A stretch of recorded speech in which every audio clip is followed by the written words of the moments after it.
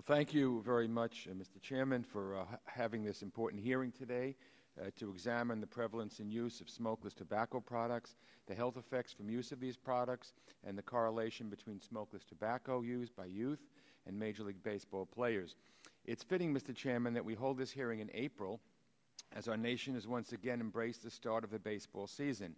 I represent the Bronx. I'm from the Bronx, and I grew up less than half a mile from Yankee Stadium. And I love the Mets as well, so I know how much joy the game can bring for so many families, including my own 3 children. I can't even count how many games I've brought them to, and thank you, Mr. Chairman, for remembering that I'm a big baseball fan. And these players, rightly or wrongly, are someone's kids are fascinated with for their athleticism and accomplishments for being the best of the best in baseball. Kids are like sponges, soaking up everything around them, and whether or not it seems subtle, they pick up on one of the more unfortunate aspects of baseball, which is the prevalent use of smokeless tobacco. Today we have reports that up to a third of Major League players report using this highly addictive drug. Smokeless tobacco puts people at risk for oral cancer, gum disease, heart attacks, cardiovascular disease, and cancer. It also causes leukoplakia, a disease of the mouth characterized by white patches and oral lesions. I want to commend Major League Baseball for trying to proactively help our players and in turn the kids that look up to them through their efforts. The 1993 minor league tobacco policy has banned the use and possession of all tobacco products by club personnel and by players in minor league ballparks and during team travel as well. Major League Baseball established a national spit tobacco education program called NSTEP to curb the use of smokeless tobacco products through public service announcements featuring popular players and education and treatment programs for players. But there is a major gap in MLB. While personnel are barred from smoking in uniform in view of spectators, they can still chew tobacco. MLB has said that this policy is one that the Players Association has sought to protect in collective bargaining. I'm concerned that the Players Association continues to contend in their written testimony today that baseball players should not be prohibited from using substances that are legal and available to the general public. Mr. Prouty has even said that it is impossible for most fans to tell if players are using smokeless tobacco while playing baseball or in the dugout. I have to say I'm disappointed in this response. There have been well-documented instances of players on TV being clearly shown to be using smokeless tobacco. In fact, in one World Series game in 2004, at least 9 minutes of such footage was shown, so kids do see it. And secondly, while smokeless tobacco may be legal, there is a difference between players who want to use it in the privacy of their own homes and when they're on TV being paid very generous salaries to provide entertainment to millions of families each night.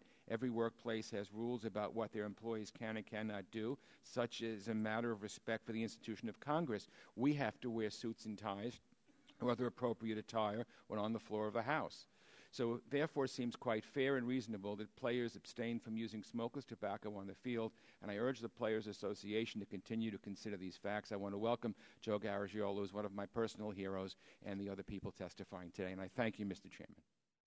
Mr. Chairman, Dr. Wynn, your testimony describes baseball players, and I'm quoting you, as the prototypical user of chewing tobacco, unquote.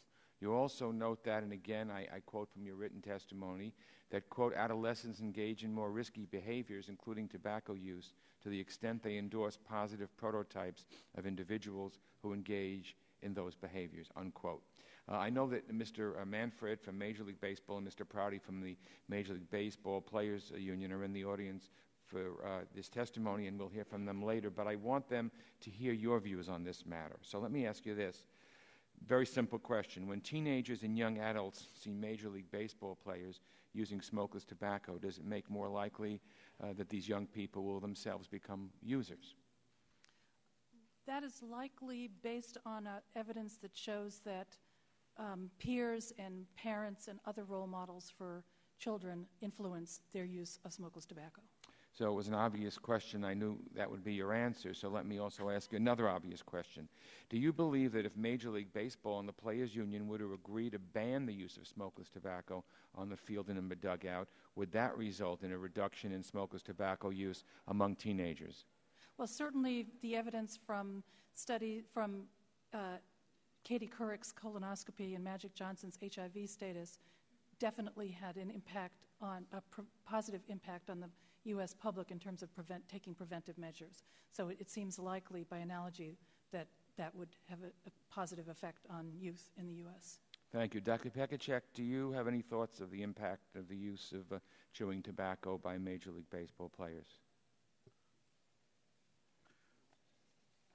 The evidence that we have reviewed in the 1994 Surgeon General Report, as well as other documents since then, shows that professional athletes in certain sports, including baseball, have traditionally have had high levels of smokeless tobacco use.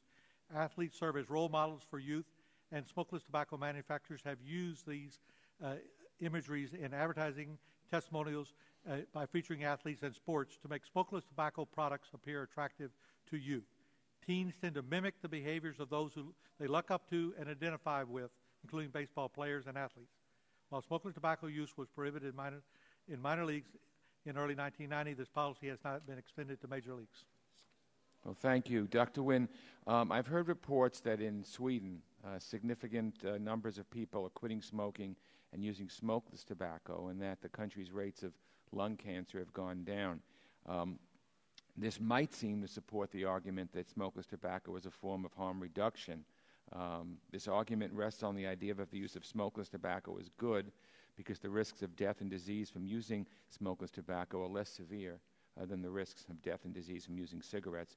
So I want to ask you about that. Does that idea match up with reality? Is smokeless tobacco really a form of harm reduction, especially when we're talking about children who are not yet using any form of tobacco? I think that this notion of harm reduction becomes even more untenable in the case of young athletes. In general, my understanding is that young athletes are less likely than the general population to smoke cigarettes, but they're more likely to use smokeless tobacco. I want to hear your thoughts on that. Well, I've reviewed the report, those Swedish statistics, and want to note that the claim that because the rates of smokeless tobacco have gone up, that has influenced the rates of smoking going down. Well, I want to emphasize three fundamental facts. One is that all tobacco products are hazardous and there's no safe level, and what we need to do is prevent its use and help them quit. But with regard to the Swedish situation, even the Swedish National Institute of Public Health found in their survey that of Swedish women who use snuff, that's a relatively small proportion of women in Sweden use snuff, but smoking rates have dramatically declined in Swedish women, indicating that snuff is actually not responsible for the decline in smoking.